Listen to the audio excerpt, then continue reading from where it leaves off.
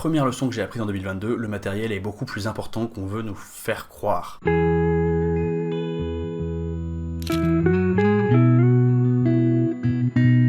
Comme chaque année, en début d'année, je m'attarde sur l'année écoulée pour faire un petit peu un bilan et me fixer des objectifs pour l'année suivante. C'est pas du tout ce que j'ai envie de faire cette année, pour des raisons que je vais vous expliquer après. Je vais quand même faire un bilan de l'année 2022. Moi j'aime bien faire des trucs chiffrés, avec des objectifs précis, tout ça. C'est mon passé d'ingénieur qui ressurgit.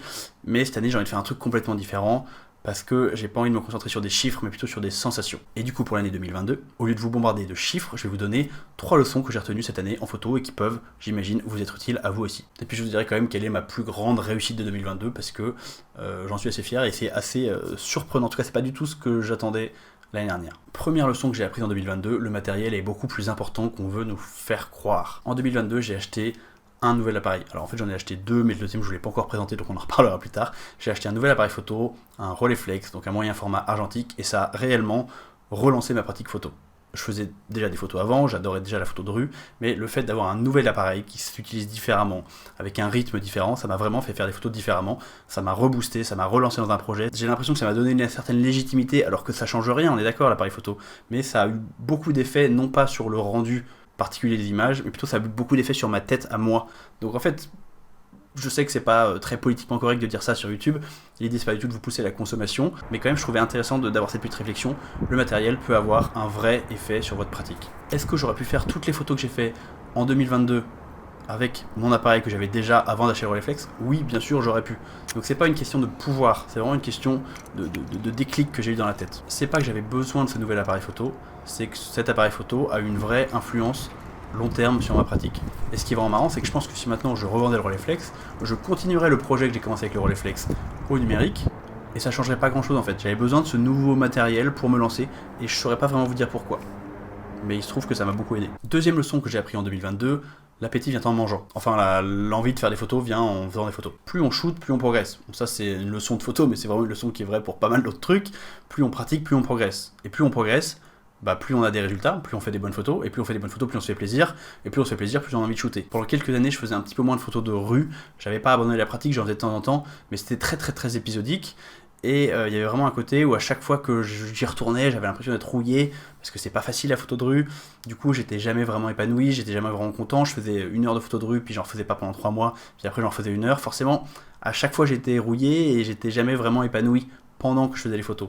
Alors que plus je pratique, plus je me fais plaisir, plus je suis content des photos, plus j'ai envie de repartir, et il n'y a rien de plus motivant qu'avoir fait une photo super, et quand j'ai une photo super, j'ai envie de retourner immédiatement, refaire des photos le lendemain, et du coup je me fais plus plaisir, c'est vraiment un cercle vraiment vertueux. Donc ma conclusion c'est, si vous avez envie de faire des photos, faites encore plus de photos pour faire plus de photos. Ça veut dire quelque chose, vous avez compris. J'ai vraiment eu 1 an ou 2 en 2018-2019 où je pensais photo comme du contenu, c'est-à-dire que j'aimais la photo, je consommais du contenu photo, mais je passais beaucoup plus de temps à regarder des vidéos YouTube sur le thème de la photo qu'à vraiment faire des photos.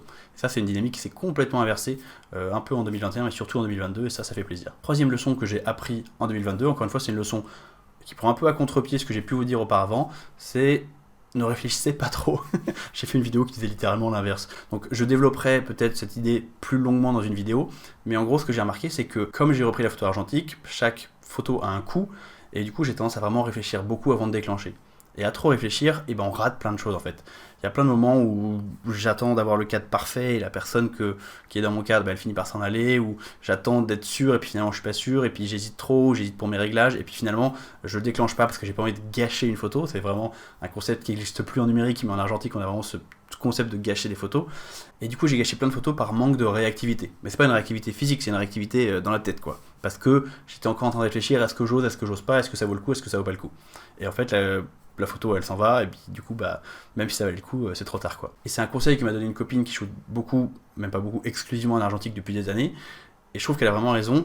Si tu te poses la question de est-ce que c'est une bonne photo ou pas, fais la photo puis on verra plus tard. Ok, ça coûte de l'argent, mais n'empêche que c'est dommage de rater des photos parce que t'as passé trop de temps à te poser des questions. Donc en ce moment j'essaye d'un petit peu libérer ma manière de faire des photos, même en argentique. Alors ça veut pas dire faire des rafales comme un dingue, parce que je suis pas Jeff Bezos tout simplement, la pellicule ça coûte cher, mais voilà, j'essaie quand même de me laisser la liberté de shooter plus. Une photo elle a pas besoin d'être 100% parfaite avant que tu déclenches. La plupart du temps, si t'attends qu'elle soit parfaite, la photo elle t'échappe avant d'avoir pu la prendre quoi. En fait, je crois que ça revient à faire un peu plus confiance à son instinct. Si j'ai envie d'y aller, j'y vais. Voilà, je réfléchirai un peu après. Ça, c'était les 3 leçons un peu inhabituelles que 2020 m'a appris. Maintenant, si on parle un petit peu de chiffres, parce que j'ai dit que j'allais pas vous assommer avec des chiffres, mais je vais quand même vous en donner quelques-uns. En 2022, j'ai fait beaucoup de photos, je me suis pas amusé à compter, mais j'ai commencé 3 nouveaux projets long terme qui me tiennent vraiment à cœur. C'est 3 projets qui sont tous les 3 bien liés à l'Irlande, parce que j'ai vraiment un amour pour ce pays et j'ai envie de l'exprimer à travers mes images. Mais ça, c'est quand même quelque chose dont j'étais assez content. Au niveau de la chaîne YouTube, on a passé les 30 000 abonnés, ça fait plaisir. Pour être tout à fait précis, on a gagné en 2022 6 929 nouveaux abonnés, 603 353 nouvelles vues, et j'ai eu 52 210,5 heures de visionnage. Pour vous donner une idée, ça correspond à peu près à 6 ans de visionnage. Vu comme ça, c'est quand même assez impressionnant. Le chiffre d'affaires de mon entreprise en 2022, ça je vous le partage parce que je trouve ça un peu drôle. Moi j'ai un objectif chaque année qui est pas un objectif financier fabuleux, qui est juste de faire un peu plus que l'année d'avant. Voilà, j'ai envie d'avoir l'impression de progresser. Figurez-vous qu'en 2022, mon chiffre d'affaires a progressé par rapport à mon chiffre d'affaires 2021 de 0,2%. Donc objectif réussi quoi, plus 0,2%. Ça fait pas beaucoup, mais objectif atteint. Et enfin, ma plus grosse réalisation de 2022, je pensais que les choses dont je serais le plus fier cette année, ça allait être, je sais pas, mon exposition, ou des choses comme ça, des choses vraiment que j'avais réalisées. Et en fait, ce dont je suis le plus fier, c'est le rythme que j'ai réussi à trouver entre mon travail, mon entreprise, donc mon entreprise de photos de mariage et de formation, ma vie de famille, et la prise de vue. C'est-à-dire que j'ai une semaine que je trouve très équilibrée avec 2 jours de boulot, 1 jour de prise de vue et 2 jours avec ma famille. Et ça, c'est un rythme que j'aime beaucoup. Alors c'est un rythme qui a déjà bougé, qui est appelé à bouger encore. En plus, là, on est en hiver je shoot beaucoup moins qu'en été.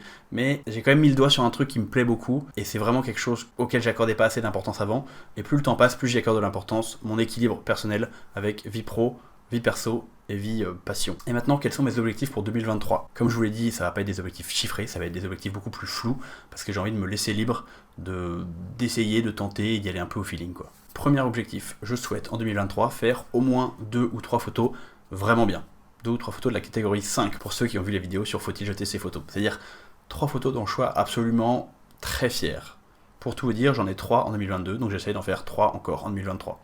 Ça paraît pas déconnant, mais ça va nécessiter de beaucoup shooter, parce que c'est pas des photos qui arrivent toutes les 5 minutes. Deuxième objectif, j'ai aussi envie, en 2023, de faire entrer un petit peu plus la photo dans mon intimité. Quand je dis faire de la photo d'intime, c'est pas forcément faire de la photo de mes ébats, c'est faire de la photo de moments de vie, mais faire des photos, on va dire, souvenirs, des photos de famille, avec quand même une envie de faire des photos artistiques, c'est-à-dire faire un petit peu un mix entre les deux et essayer de faire un joli projet photo sur un truc qui me tient le plus à cœur, à savoir ma famille. Je sais que c'est pas encore très clair et c'est pas non plus clair dans ma tête, c'est pour ça que ça peut pas être clair pour vous, mais voilà, je suis en train d'essayer de construire un truc, on verra vraiment où ça va me guider, mais c'est vraiment une envie que j'ai de faire entrer la photo dans l'intime. Objectif numéro 3 pour 2023, apprendre à me concentrer davantage sur le kiff de shooter plutôt que sur toute la frustration qui vient avec le shoot et particulièrement le shoot argentique. Je parlais dans une vidéo il y a quelques mois de le fait que la photo ça rendait pas forcément toujours heureux. Et moi j'ai envie justement de me reconcentrer sur le plaisir de shooter et mettre le reste, toutes les parties frustrantes, la partie résultat, un peu en arrière-plan. En fait, si je passe une journée complète à me balader dans Dublin, que je rencontre des gens sympas et que je passe un bon moment, j'ai déjà réussi ma journée. Et s'il y a des photos bien qui arrivent en plus, ça sera bonus. C'est vraiment comme ça que j'ai envie d'apprendre à penser. On va voir si j'y arrive. Et enfin, j'ai 2 objectifs un petit peu spécifiques. Donc, mon objectif numéro 4 pour 2023, ça va être de enfin réussir à faire des photos des dealers de mon quartier. Alors, ça peut paraître un peu une drôle idée comme ça de faire des photos de dealers, mais c'est juste que j'ai envie de faire de plus en plus de photos de mon quartier et de vraiment avoir une plongée en profondeur sur c'est quoi le Dublin que je connais, ce Dublin que j'ai envie de montrer, et il se trouve que ce Dublin que j'ai envie de montrer, il a des faces plus ou moins reluisantes, et j'ai envie d'aller un petit peu partout. Donc quand je dis faire des photos des dealers, c'est symbolique, c'est-à-dire que je veux pas que faire des photos de dealers par plaisir, il y a un côté, j'ai juste envie de faire un portrait le plus étendu possible du Dublin dans lequel je vis, et entre autres il y a des dealers que je croise souvent et à qui je suis déjà allé demander plusieurs fois si je pouvais faire des photos d'eux, qui m'ont toujours dit non, et j'aimerais bien un jour ou l'autre réussir à faire des photos d'eux, pas juste pour dire ah j'ai fait des photos de dealers, tu vois, c'est pas l'idée d'avoir un trophée, c'est plus dans l'idée de créer un panorama le plus complet possible de la vie que je mène à Dublin. Alors dit comme ça on a l'impression que c'est mes dealers, bon, de la vie autour de moi à Dublin. Et enfin, dernier objectif pour l'année 2023, j'ai envie de faire des petits zines en édition ultra limitée.